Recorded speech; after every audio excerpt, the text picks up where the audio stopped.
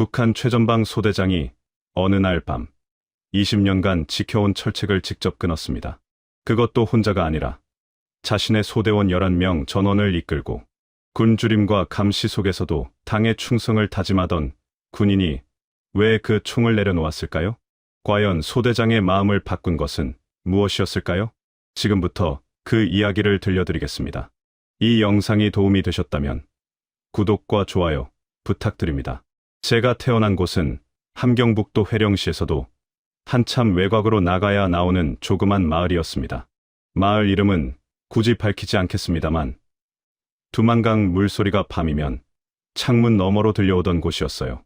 강바람이 차고 겨울이 길었지만 그래도 봄이 오면 뒷산에 진달래가 한가득 피어나고 아이들은 논두렁 사이를 뛰어다니며 하루를 보냈습니다. 저는 거기서 나고 자랐습니다. 어머니는 두부 만드는 솜씨가 동네에서 제일이었고 아버지는 말수가 적은 분이셨지만 밥상 앞에서만큼은 늘 많이 먹어라. 많이 먹어야 힘이 난다고 하셨죠. 그 밥상 풍경이 지금도 눈에 선합니다. 제가 18살이 되던 해 봄, 인민군에 입대했습니다. 그 시절 북한에서 군대는 선택이 아니었어요.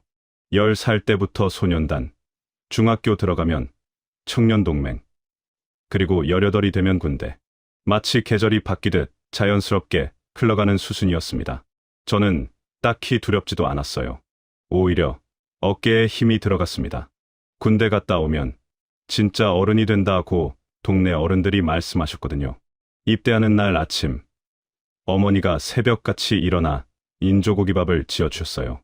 북한에서 고기라 하면 대부분 콩으로 만든 인조고기인데 그 냄새가 지금도 코끝에 남아 있습니다. 어머니는 밥을 먹는 내내 아무 말씀도 안 하셨어요. 다 먹고 나서 제 손을 꼭 쥐시더니 딱 한마디 하셨습니다. 몸, 성이 돌아와라. 그게 전부였습니다. 최전방에 배치된 건 입대하고 2해가 지난 뒤였습니다. 함경북도 일대 철책 근무. 낮이고 밤이고 교대로 보초를 서는 생활이었어요. 처음엔 철책 너머로 보이는 중국 땅이 그저 먼 곳처럼 느껴졌습니다. 강 하나를 사이에 두고 저쪽엔 전깃불이 환하고 이쪽엔 칠흑 같은 어둠이 내려앉아 있었지만 그게 이상하다고는 생각하지 않았어요. 저쪽은 자본주의 세상이라 것만 번지르르한 것이라고 배웠으니까요. 저는 그 말을 믿었습니다. 아니, 믿어야 한다고 생각했습니다. 군 생활은 고됐습니다. 겨울 보초가 특히 힘들었어요. 함경도 겨울이 얼마나 매서운지 여러분도 짐작은 하시겠지만 실제로 서보면 차원이 다릅니다. 영하 30도가 예사였고 방한 장비라 해봐야 낡은 솜 누비옷 하나가 전부였습니다. 발가락이 얼어서 감각이 없어지면 옆에 동료가 제 등을 두드려줬어요. 그렇게 버텼습니다. 배급도 넉넉하지 않았어요. 강냉이밥에 소금국, 그게 하루 2끼였습니다. 가끔 김치가 나오면 그날은 잔치날이나 다름없었죠. 그래도 불평하는 사람이 없었어요. 우리끼리 이 정도면 괜찮다, 배워야 강해진다며 서로 다독였습니다. 세월이 흘러 저는 소대장이 되었습니다. 입대한 지 15해가 지난 뒤였어요. 부하 소대원이 11명, 저까지 합치면 12명이 한 소대였습니다. 그 친구들이 제 사람들이었습니다. 나이 어린 전사들이 대부분이었는데 그 눈망울들이 얼마나 맑던지요. 굶고 얼면서도 투덜거리는 법이 없었어요. 저는 그 친구들한테 제가 해줄 수 있는 건 다 해주려 했습니다. 배급이 부족하면 제 것을 나눠주고 보초 교대 때 힘든 시간은 제가 먼저 섰습니다. 그게 소대장이 할 일이라고 생각했으니까요. 당 시절 군인으로서 저는 충성스러운 편이었습니다. 김일성, 김정일, 초상화 앞에서 고개 숙이는 게 당연했고 매주 있는 총화 시간에 자아 비판도 빠짐없이 했습니다. 체제를 의심한다는 건 상상도 못할 일이었어요. 아니, 의심 자체를 못하도록 어릴 때부터 길들여진 거겠죠. 지금 생각하면 그렇지만 그때 저는 그냥 그게 당연한 삶이라고 믿었습니다. 두만강 철책 앞에 서서 별을 올려다보며 이 나라를 지키는 게 내 사명이라고 진심으로 생각했습니다. 그런데 말이죠. 그 믿음에 조그만 금이 가기 시작한 건 제가 소대장이 된 지 얼마 지나지 않아서였습니다. 아직 금이 생겼다고 부르기도 민망한 아주 작은 의문 하나가 마음속에 생겨났습니다. 배급이 또 줄었다는 통보가 내려온 날이었어요. 상부에서는 일시적 조정이라고 했습니다. 그 전해에도 일시적 조정이었고, 그 전전해에도 일시적 조정이었습니다. 저는 그날 밤 보초를 서면서 강 건너 중국 쪽을 바라봤습니다. 불빛이 환했습니다. 그리고 처음으로 딱 한 가지 생각이 스쳤습니다. 저쪽 사람들은 오늘 저녁을 배불리 먹었을까? 그 생각을 얼른 머릿속에서 지웠습니다. 위험한 생각이라는 걸 알았으니까요. 하지만 한번 스친 생각은 쉽게 지워지지 않았습니다. 그것이 모든 것의 시작이었습니다. 그해 겨울은 유난히 일찍 찾아왔습니다. 10월 중순도 안 됐는데 두만강 강변에 살얼음이 끼기 시작했고, 보초를 서다 보면 입김이 하얗게 피어올랐습니다. 저는 그 무렵 소대장이 된 지 2해째였고, 소대원들 얼굴 하나하나가 이제 제 손바닥 보듯 익숙해진 때였습니다. 누가 밥을 안 먹으면 표가 나고, 누가 밤에 잠을 못 자면 눈빛으로 알 수 있었습니다. 그 친구들이 제 가족이나 다름없었어요. 군대라는 게 그렇습니다. 여러분도 아드님이나 남편분이 군대 다녀오셨으면 아시겠지만, 같은 밥 먹고 같은 추위 버티다 보면 형제 이상으로 가까워지는 법이거든요. 사건은 그해 11월 초에 일어났습니다. 제 소대원 중에 김성호라는 전사가 있었어요. 22살, 양강도 해산 출신이었습니다. 키가 작고 눈이 동그란 친구였는데, 웃을 때 볼에 보조개가 생겨서 동료들이 놀려대곤 했죠. 성호는 과묵한 편이었지만 성실했습니다. 보초 교대가 아무리 혹독해도 한 번도 꾀를 부린 적이 없었어요. 그런데 어느 날부터 그 친구 안색이 눈에 띄게 어두워졌습니다. 제가 넌지시 물어봤더니 집에서 연락이 끊겼다고 했어요. 어머니와 어린 여동생 둘이 해산 장마당 근처에서 살고 있는데 한 달째 소식이 없다는 거였습니다.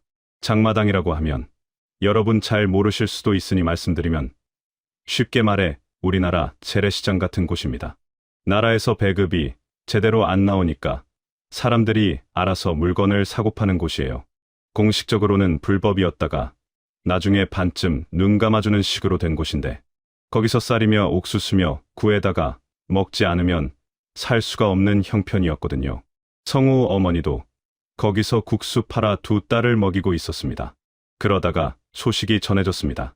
성우 어머니가 쌀을 팔았는데 그 쌀이 어디서 구한 건지 문제가 됐다는 겁니다. 보위부에서 들이닥쳐서 어머니를 끌고 갔다는 거예요. 쌀 몇 킬로 때문에 굶는 딸들 먹이려고 장마당에서 쌀 한 부대 판 게 죄가 된 겁니다. 어디 일제시대 공출도 아니고 제 나라에서 제 어머니가 그런 일을 당했습니다. 그 소식을 전해들은 성우가 제 앞에서 입술을 떨었습니다. 울지도 못하고 그냥 서서 입술만 떨었어요. 그런데 더 충격적인 일이 그로부터 사흘 뒤에 벌어졌습니다. 제가 오전 보초를 서고 있었는데 철책 뒤편 길 쪽에서 사람 소리가 들렸습니다. 처음엔 그냥 지나가는 민간인이겠거니 했어요. 그런데 소리가 계속됐습니다.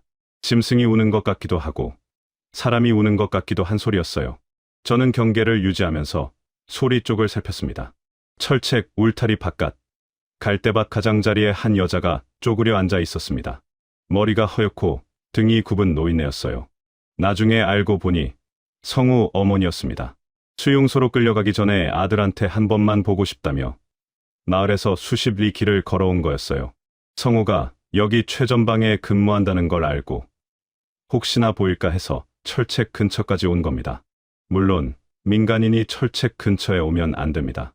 규정 위반이에요. 저는 돌려보내야 했습니다. 근데 발이 안 떨어졌습니다. 그 여자 노인이 철책을 향해 절을 하는 거예요. 아들 이름을 부르면서 성우야, 성우야, 어미가 왔다. 어미 좀 봐라. 그 소리가 얼마나 처절하던지. 저는 그날 처음으로 군인으로서 총을 들고 서 있다는 게 부끄러웠습니다. 6.25 때 이산가족들이 얼마나 서러웠겠냐고 어르신들이 말씀하시잖아요. 저는 그 말을 그때서야 뼛속 깊이 이해했습니다. 저 여자 노인도 아들을 만나겠다고 그 먼 길을 걸어온 건데 만나지도 못하고 그냥 돌아가야 했습니다. 성우는 그 소리를 막사 안에서 들었을 겁니다. 저는 차마 그 친구 얼굴을 못 봤어요.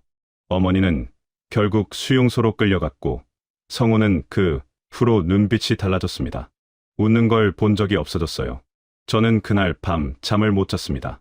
누워서 천장을 보는데 계속 그 생각이 맴돌았어요. 쌀 몇 킬로 때문에 어머니가 잡혀가고 아들은 소식도 못 듣고 손녀 딸들은 어떻게 됐는지도 모르는 상황이 됐습니다. 나라가 지켜줘야 할 백성이 나라 때문에 이 꼴이 됐습니다. 저는 그날 처음으로 똑바로 물었습니다. 스스로에게 내가 지금 무엇을 지키고 있는 건가? 그 질문에 선뜻 대답이 나오지 않았습니다. 그 대답을 찾는데 꼬박 3년이 걸렸습니다. 성우 어머니 사건이 있고 나서 저는 한동안 아무 일도 없었던 것처럼 지냈습니다. 군인이란 게 그런 겁니다. 감정을 겉으로 드러내면 안 됩니다.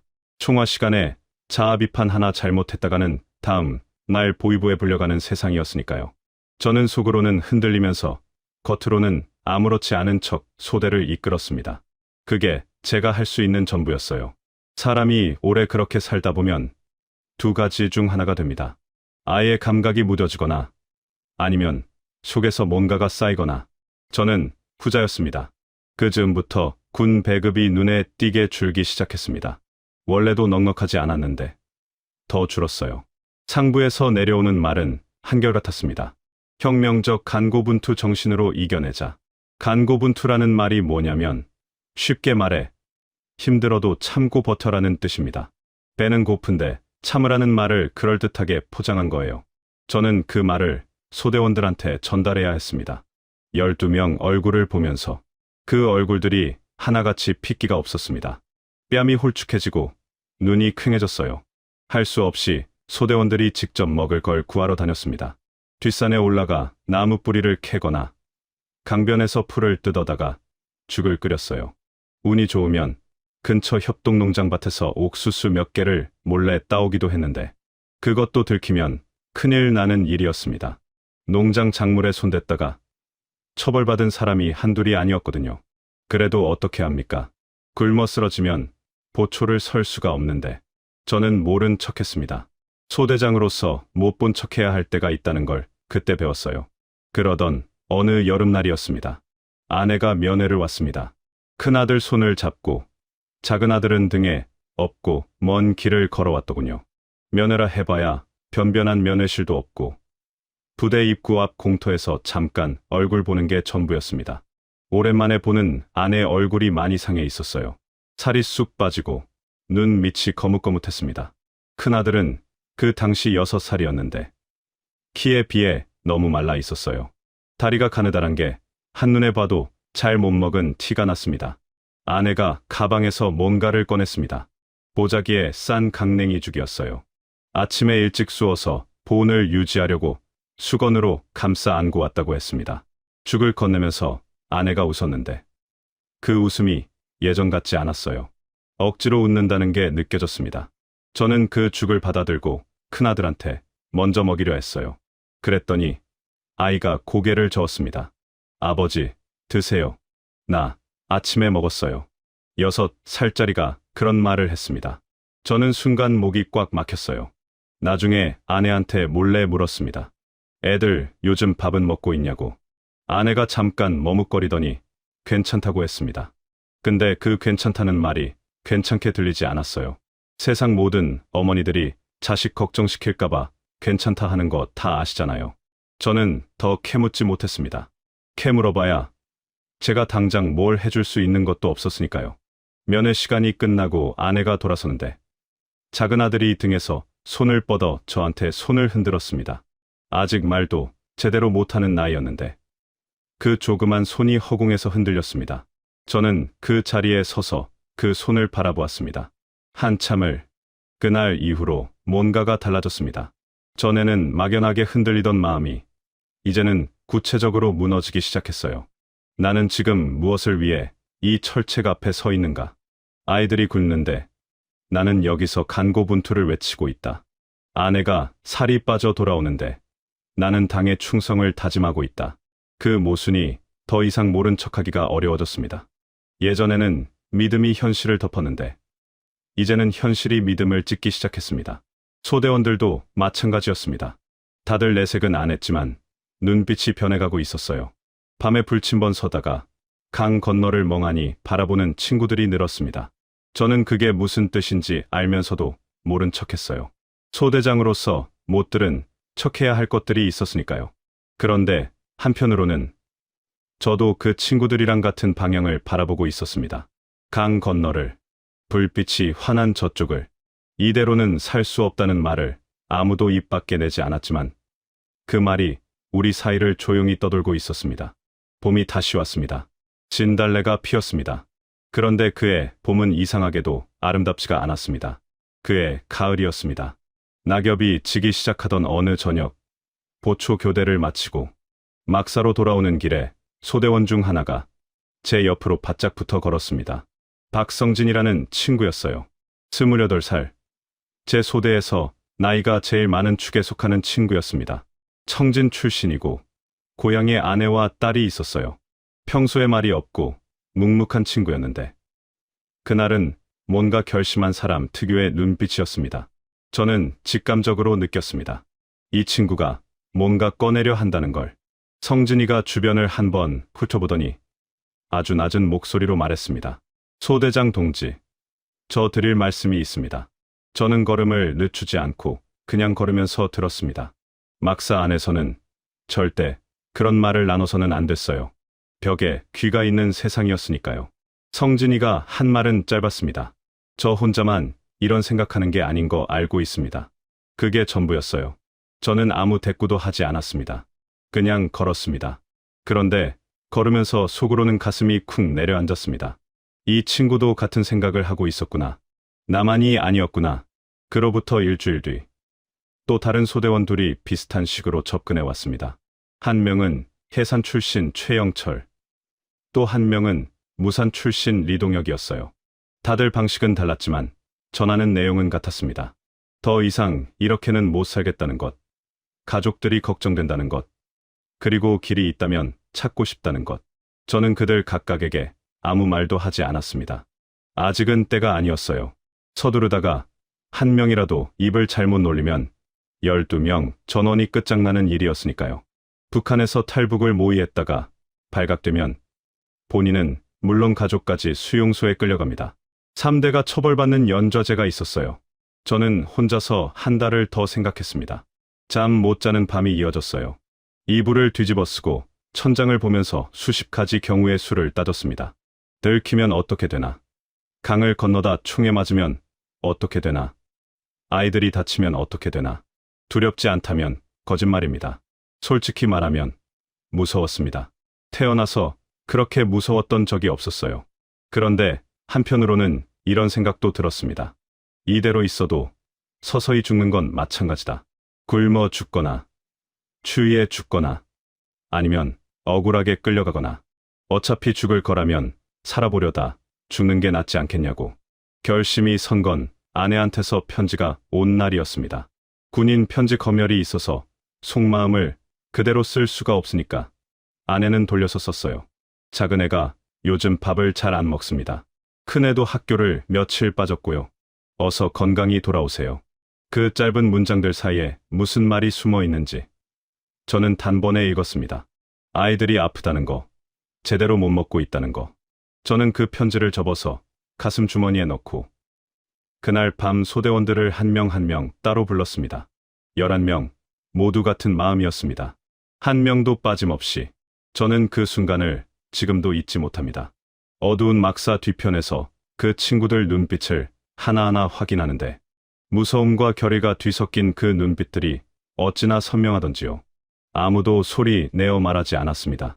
그냥 고개를 끄덕이거나 눈을 마주치는 것으로 전부 통했어요. 우리는 그렇게 뜻을 모았습니다. 12명이 말 한마디 없이. 가족들에게 연락하는 건 조심스러웠습니다. 일부 소대원들은 가족과 합류하기로 했고 일부는 먼저 건너가서 자리를 잡으면 나중에 데려오기로 했어요. 제 아내한테는 암호처럼 전했습니다. 면회를 한 번 더 오되 아이들 옷을 두껍게 입혀오라고. 아내는 바로 알아들었습니다. 영리한 사람이었어요. 그렇게 날짜를 잡았습니다. 12월 중순, 강이 얼기 시작하는 때를 골랐습니다.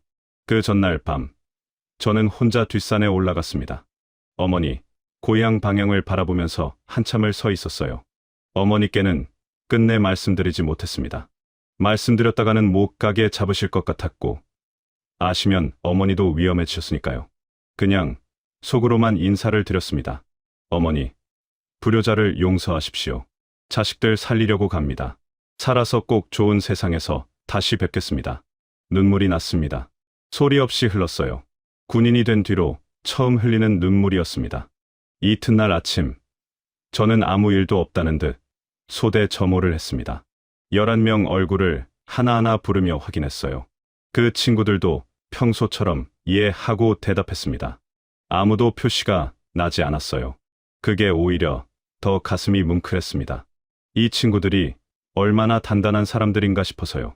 그날 하루가 그렇게 흘렀습니다. 아주 천천히, 그리고 아주 길게. 자정이 가까워졌습니다. 12월 10살 밤이었습니다. 하늘에 구름이 잔뜩 끼어 달도 별도 보이지 않았어요. 보초 교대 시간은 자정 12시. 교대가 이루어지는 15분 동안이 우리한테 주어진 유일한 틈이었습니다. 저는 그 시간을 수십 번 머릿속으로 되새겼어요. 눈을 감아도 순서가 그려질 정도로. 철책, 절단 지점, 강변까지의 거리, 도하 예상 시간, 중국 쪽 경사면. 군인 20년이 이 한 가지를 위해 쓰이는 것 같았습니다. 그런 생각을 하니 씁쓸하기도 하고 이상하게 담담하기도 했어요. 아내와 아이들은 약속한 장소에 먼저 나와 있었습니다. 강변에서 조금 떨어진 갈대밭 안쪽이었어요. 제가 다가갔을 때 아내가 아이들을 꼭 안고 웅크리고 있었습니다. 큰아들은 7살, 작은아들은 4살이었어요. 어두워서 얼굴이 잘 안 보였지만 아내가 제 손을 잡는 순간 손이 얼음장 같았습니다. 얼마나 오래 거기 있었는지 온몸이 굳어 있었어요. 저는 아무 말도 못하고 그냥 그 손을 꼭 쥐었습니다. 말이 필요 없었어요. 이미 다 알고 있었으니까요. 소대원들도 하나둘 모였습니다. 가족을 데려온 친구들도 있었고 혼자 온 친구들도 있었어요. 다 합치니 18명이었습니다. 아이들이 넷이었고 그중 제일 어린 아이는 2살백이었어요.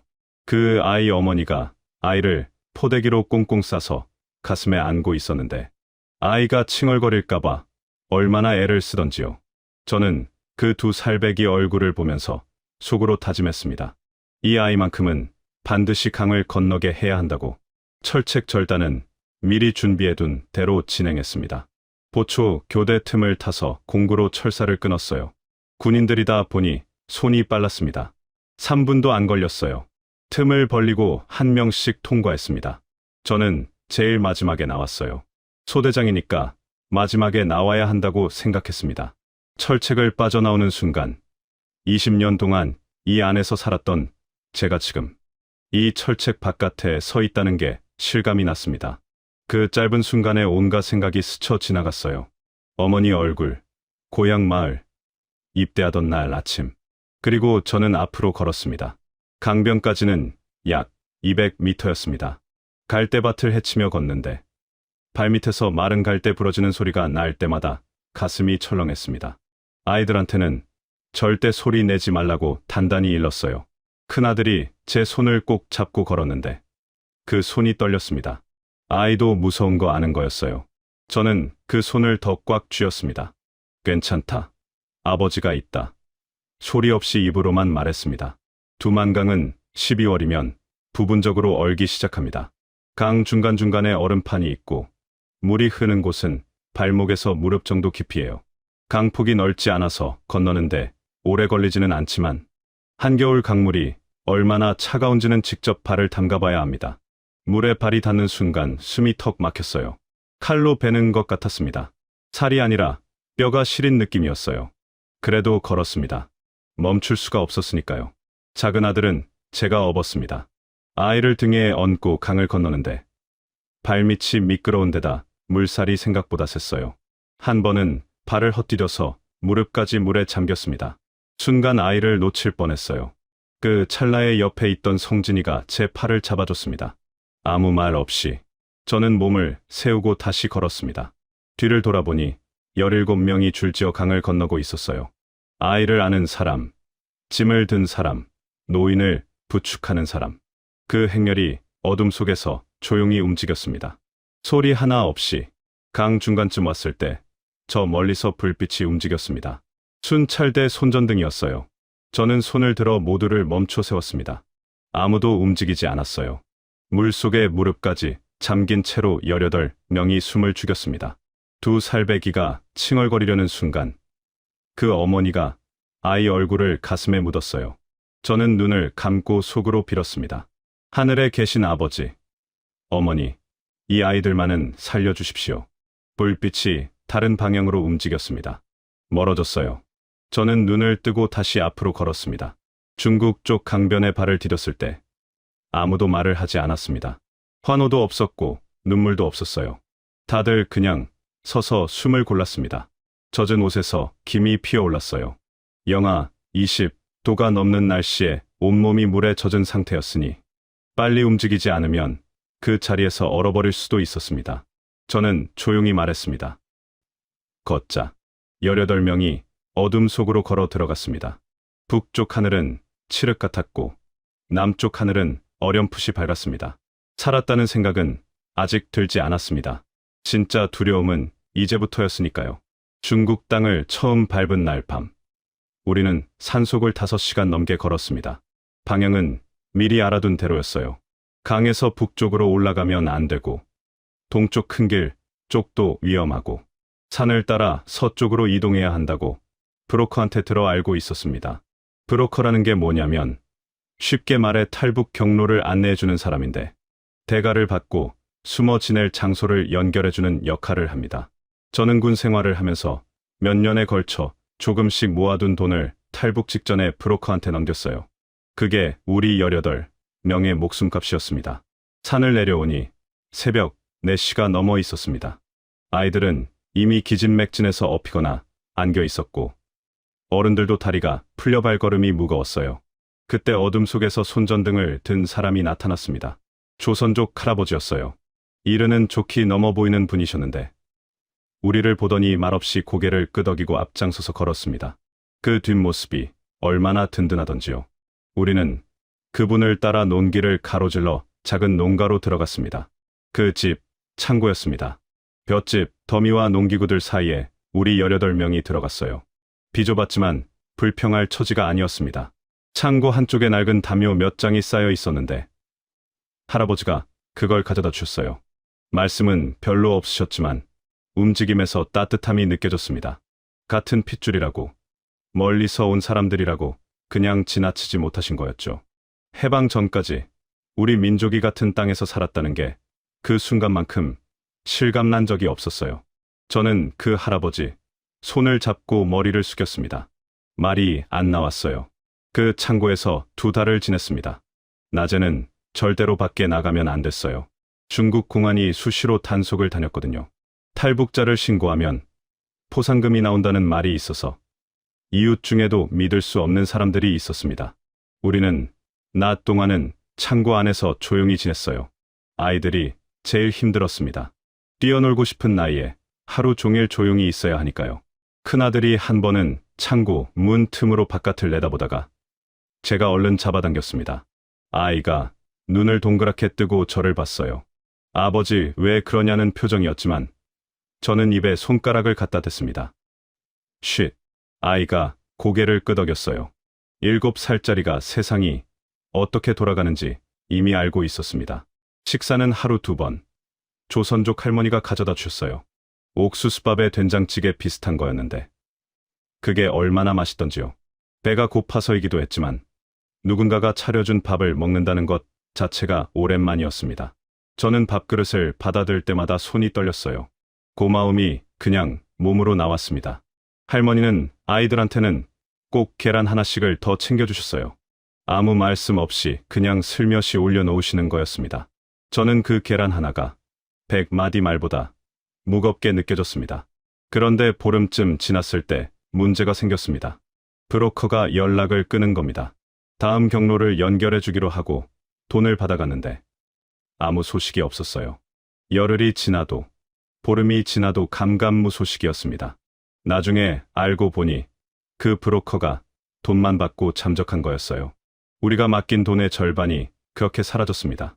황당하고 분통이 터졌지만 어떻게 할 방법이 없었어요. 이름도 제대로 모르는 사람이고 신고를 할 수 있는 처지도 아니었으니까요. 우리는 그냥 당한 겁니다. 세상에는 힘없는 사람의 사정을 이용하는 이들이 어디에나 있다는 걸 그때 뼈저리게 배웠습니다. 막막했습니다. 남은 돈으로 18명이 다음 경로를 어떻게 잡느냐. 저는 며칠 밤을 뜬 눈으로 보냈어요. 그러다가 조선족 할아버지를 통해 소식이 하나 들어왔습니다. 근처에 한국 선교사님이 계신다는 거였어요. 탈북자들을 돕는 분이라고 했습니다. 저는 처음에 망설였어요. 군인 출신이다 보니 외부 사람을 쉽게 믿는 게 익숙하지 않았거든요. 그런데 달리 방법이 없었습니다. 선교사님은 50대 중반의 조용한 분이셨어요. 처음 만났을 때 악수를 청하시면서 이렇게 말씀하셨습니다. 먼 길 오셨습니다. 잘 오셨어요. 그 말이 가슴에 박혔습니다. 그동안 아무도 우리한테 잘 왔다는 말을 해준 사람이 없었어요. 선교사님은 다음 경로를 알아봐 주시고 남은 자금이 부족한 부분은 본인이 채워주겠다고 하셨습니다. 대가를 바라지 않으셨어요. 그냥 도와주셨어요. 저는 그분 앞에서 무릎을 꿇고 싶었습니다. 그 창고에서 보낸 2달이 지금도 꿈에 나올 때가 있습니다. 춥고 좁고 어두웠지만 그 안에 사람의 온기가 있었어요. 조선족 할머니, 할아버지의 따뜻한 손길, 선교사님의 그 한마디. 세상 어딘가에는 아직 사람이 사람을 돕는 마음이 살아있다는 걸 저는 그 창고 안에서 처음으로 알았습니다. 북한에서 20년을 살면서도 몰랐던 것을 중국 농가 창고에서 배웠습니다. 밖으로 나갈 날이 다가오고 있었습니다. 선교사님이 잡아주신 경로는 동남아시아를 경유하는 길이었습니다. 중국에서 미얀마 국경을 넘고 거기서 다시 태국 방콕까지 이동한 뒤 한국 대사관에 도착하는 루트였어요. 말로 들으면 간단해 보이지만 실제로 그 길은 제가 20년 군 생활 중에 경험한 어떤 훈련보다도 혹독했습니다. 두만강을 건넜을 때 몸이 힘들었다면 이 길은 몸과 마음이 동시에 무너지는 여정이었어요. 그래도 가야 했습니다. 돌아갈 곳은 이미 없었으니까요. 미얀마 국경을 넘는 건 야간에 이루어졌습니다. 안내인이 앞장서고 우리가 뒤를 따르는 방식이었는데 정글 속을 걷는 거라 길이 없었어요. 나무 뿌리에 발이 걸리고 가시덤불에 팔이 긁히고 어둠 속에서 발을 디딜 때마다 무엇이 있는지 알 수가 없었습니다. 아이들은 업고 안고 번갈아 가면서 이동했어요. 큰아들은 이제 7살이지만 스스로 걸었습니다. 한 번도 안아달라는 말을 안 했어요. 그 아이가 발에 물집이 잡혀 절뚝거리면서도 소리 없이 걷는 걸 보고 저는 이를 악물었습니다. 아버지가 약한 모습을 보이면 안 된다고. 미얀마에서 며칠을 머무는 동안 소대원 중 하나가 탈이 났습니다. 영철이었어요. 열대 기후에 몸이 적응을 못하고 고열이 올랐습니다. 약도 변변이 없었어요. 현지에서 구할 수 있는 해열제 하나로 버텼는데 사흘 동안 의식이 오락가락했습니다. 저는 그 친구 옆에서 밤을 새웠어요. 20년 전 입대할 때부터 같이 한 고향 친구였습니다. 이 먼 데까지 와서 이 친구를 잃을 수는 없었습니다. 다행히 나흘째 되던 날 열이 내렸어요. 영철이가 눈을 뜨면서 저를 보고 씩 웃었습니다. 그 웃음에 얼마나 안도했는지 모릅니다. 태국으로 넘어가는 길도 순탄하지 않았습니다. 국경 검문소를 피해 산길로 우회해야 했는데 거리가 예상보다 훨씬 길었어요. 이틀을 꼬박 걸었습니다. 물은 중간에 만나는 개울에서 떠마셨고 먹을 것은 안내인이 챙겨온 건빵 몇 봉지가 전부였어요. 저는 제 몫을 아이들한테 나눠줬습니다. 배가 고프지 않다고 했는데 사실 배가 고프지 않은 게 아니라 참은 거였어요. 아내가 그걸 알면서도 모른 척 해줬습니다. 부부란 게 그런 거예요. 말 안 해도 아는 사이. 방콕에 도착한 건 중국을 떠난 지 열흘이 넘어서였습니다. 도시에 들어서니 처음 보는 풍경들이 눈에 쏟아졌어요. 높은 건물들, 빠르게 달리는 자동차들, 거리마다 넘쳐나는 불빛들. 저는 그 풍경이 신기하다기보다는 어지러웠습니다. 20년 넘게 철책 앞에서만 살다가 갑자기 이런 세상에 던져질까요? 작은 아들이 제 등에서 두리번거리며 아버지, 여기 어디예요? 했습니다. 저는 곧 좋은 데 간다고만 했어요. 한국 대사관은 방콕 시내에 있었습니다. 대사관 건물이 보이는 순간 저는 발걸음이 갑자기 무거워지는 걸 느꼈어요. 이상한 일이었습니다. 여기까지 왔으면 홀가분해야 하는데 왜 발이 안 떨어지는지 나중에 생각해보니 그게 두려움이었습니다. 마지막 관문에서 거절당하면 어떻게 하나 하는 두려움. 여기까지 왔는데 안 된다는 말을 들으면 어떻게 하나. 그 생각이 발을 붙잡았어요. 대사관 문을 두드리고 들어갔습니다. 지원분이 나오셔서 상황을 파악하시더니 안으로 들어오라고 하셨어요. 우리 18명이 대사관 마당으로 들어가는데 그 순간 마당 한쪽에 태극기가 보였습니다. 바람에 천천히 펄럭이고 있었어요. 저는 그 태극기를 보는 순간 걸음을 멈췄습니다. 가슴 어딘가에서 뭔가가 치밀어 올랐어요. 눈물이 나려는 걸 억지로 참았습니다. 아직 끝난 게 아니라고. 다 끝나고 울자고 속으로 다독였어요. 입국 심사 과정이 생각보다 길었습니다. 저희가 진짜 탈북자인지, 북한에서 파견된 위장 탈북자는 아닌지 확인하는 절차들이 있었어요. 군인 출신인 저는 특히 신문이 길었습니다. 최전방 소대장 출신이 11명 소대원을 이끌고 집단 탈북했다는 게 쉽게 믿기지 않으셨던 것 같아요. 저는 아는 것을 다 말했습니다. 군 복무 기간, 배치 위치, 탈출 경위, 숨기는 게 없었어요. 그렇게 며칠이 흘렀습니다. 그 며칠이 몇 달처럼 느껴졌습니다. 마침내 허가가 떨어졌습니다. 한국행 비행기 탑승이 확정됐다는 통보를 받던 날, 저는 화장실에 들어가서 문을 잠갔습니다. 그리고 처음으로 소리내어 울었어요. 누구한테도 보이고 싶지 않았습니다. 한참을 울고 나서 세수를 하고 나왔어요. 아내가 제 눈을 보더니 아무 말도 하지 않았습니다. 그냥 제 손을 잡았어요. 비행기가 이륙하던 날 아침, 아이들은 생전 처음 타보는 비행기가 신기한지 창문에 코를 박고 있었습니다. 저는 그 옆에 앉아 아이들 얼굴을 바라봤어요. 이 아이들이 이제 다른 세상에서 자라게 됩니다. 배가 고파서 학교를 빠지지 않아도 되는 세상. 어머니가 쌀 몇 킬로 때문에 끌려가지 않아도 되는 세상. 그 생각을 하는데 또 눈물이 났습니다.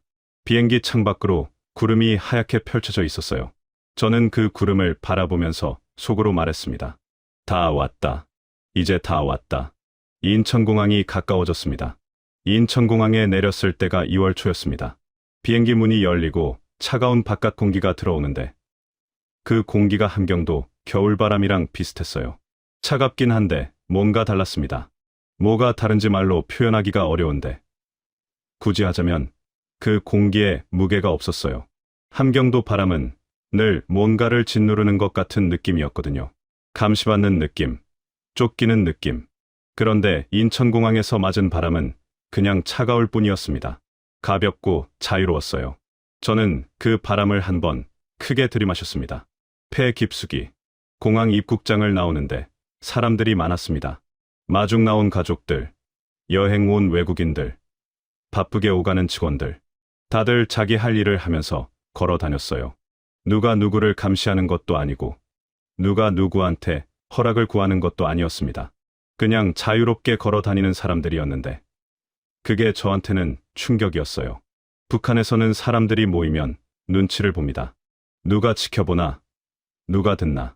그 습관이 몸에 배어 있으니까 저도 처음엔 자꾸 주위를 살폈어요. 그러다가 스스로 그러는 걸 깨닫고 멈췄습니다. 여기는 그럴 필요가 없다고. 하나원에서 석 달을 보냈습니다. 하나원이라는 게 탈북자들이 한국 사회에 적응하도록 도와주는 교육시설인데 거기서 한국 생활에 필요한 것들을 배웠어요. 버스 타는 법, 은행 이용하는 법, 주민등록증 만드는 법. 말은 같은 한국말인데 쓰는 단어가 달라서 처음엔 많이 헷갈렸습니다. 소대원들이랑 저녁마다 모여서 그날 배운 것들을 서로 가르쳐줬어요. 군대에서 하던 것처럼요. 그 시간이 그나마 웃을 수 있는 시간이었습니다. 하나원에 있는 동안 가장 놀랐던 건 마트였어요. 교육 과정 중에 대형 마트에 가볼 기회가 있었는데 처음 그 안에 들어서는 순간 저는 그 자리에 얼어붙었습니다. 쌀 포대가 산더미처럼 쌓여 있었어요. 종류도 다양했습니다. 이 쌀, 저 쌀. 크기도 다르고 브랜드도 달랐어요. 저는 그 쌀 포대 앞에서 발이 안 떨어졌습니다. 이게 꿈인가 싶었어요. 북한에서 쌀 한 줌 때문에 어머니가 끌려가고 쌀 한 포대 때문에 가족이 굶는 세상에서 살다가 이렇게 쌀이 넘쳐나는 곳에 서 있으니까요. 저는 결국 그 자리에 주저앉았습니다. 다리가 풀렸어요. 함께 간 직원분이 놀라서 달려오셨는데 저는 아무 말도 못하고 그냥 그 쌀 포대를 바라봤습니다. 한참을 하나원을 나와서 경기도 한 아파트에 정착했습니다. 방 2개짜리 작은 집이었는데 저한테는 궁궐 같았어요. 전기가 끊기지 않았습니다. 수도꼭지를 틀면 물이 나왔어요. 밤에 전등 스위치를 누르면 불이 들어왔습니다. 당연한 것들이 당연하지 않게 느껴졌어요.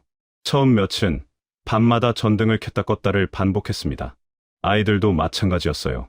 큰아들이 스위치 앞에 서서 켰다 껐다를 신기한 듯 반복하는 걸 보면서 저는 웃었습니다. 그러면서 동시에 마음이 먹먹했어요. 이 아이가 이런 걸 처음 보는구나. 이런 게 당연한 세상이 있다는 걸 이제야 아는구나. 적응이 쉽지는 않았습니다. 말투가 달라서 사람들이 제 말을 못 알아들을 때가 많았어요. 북한식 억양이 남아있으니까요. 마트 계산대에서 직원이 하는 말을 못 알아들어서 한참 서 있었던 적도 있고 버스를 잘못 타서 엉뚱한 곳에 내린 적도 있었습니다. 그럴 때마다 창피하기도 하고 주눅이 들기도 했어요. 그래도 신기한 건 길을 물으면 대부분 친절하게 알려주셨습니다. 바쁜 와중에도 멈춰서 설명해 주시는 분들이 많았어요. 같은 민족이라는 게 느껴지는 순간들이었습니다. 정착한 지 넉 달쯤 됐을 무렵이었습니다. 아이들 손을 잡고 동네 공원을 걷고 있었어요. 가을이었고 단풍이 들기 시작한 때였습니다. 공원 옆 도로에 군용 트럭이 한 대 서 있었어요. 훈련을 마치고 이동하는 한국군 부대 같았습니다. 트럭 뒤편에 군복 입은 젊은 병사들이 타고 있었는데 한 명이 트럭에서 내려 공원 쪽으로 걸어오더군요. 물을 사러 가는 것 같았어요. 20 안팎으로 보이는 젊은 친구였습니다. 군복이 깔끔했고 얼굴이 해맑았어요. 저는 그 병사를 보는 순간 걸음이 멈췄습니다. 그 친구는 저를 모르죠. 그냥 지나쳤어요. 그런데 저는 그 자리에 서서 그 뒷모습을 바라봤습니다. 군복 색깔이 눈에 들어왔어요. 카키색 군복. 그 순간 제 머릿속에서 뭔가가 터졌습니다. 성진이 얼굴이 떠올랐어요. 두만강에서 제가 미끄러질 때 팔을 잡아줬던 그 친구. 영철이 얼굴도 떠올랐습니다. 정글에서 고열로 사흘을 앓던 그 친구. 성우 얼굴도 떠올랐어요. 철책 앞에서 어머니 통곡 소리를 들으며 입술을 떨던 그 친구. 11명 얼굴이 한꺼번에 밀려왔습니다. 그 젊은 한국군 병사가 자유로운 나라에서 군복을 입고 걸어가고 있었습니다. 누가 시켜서가 아니라 이 나라를 지키겠다는 마음으로 제대로 된 밥을 먹고 제대로 된 장비를 갖추고 보초를 서는 군인.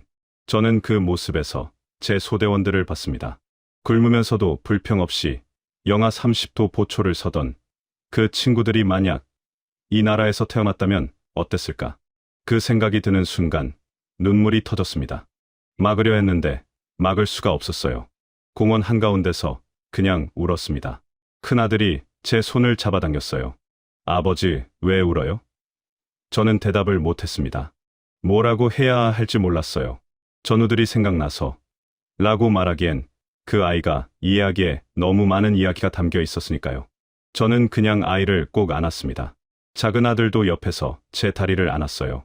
아내가 아무 말 없이 제 등에 손을 얹었습니다. 우리 네 식구가 공원 한가운데서 그렇게 서 있었어요. 단풍잎이 하나 바람에 떨어져 내렸습니다. 지금 저는 이 나라에서 산 지 10년이 넘었습니다. 큰아들은 이제 고등학생이 됐어요. 작은 아들도 중학생이 됐고요.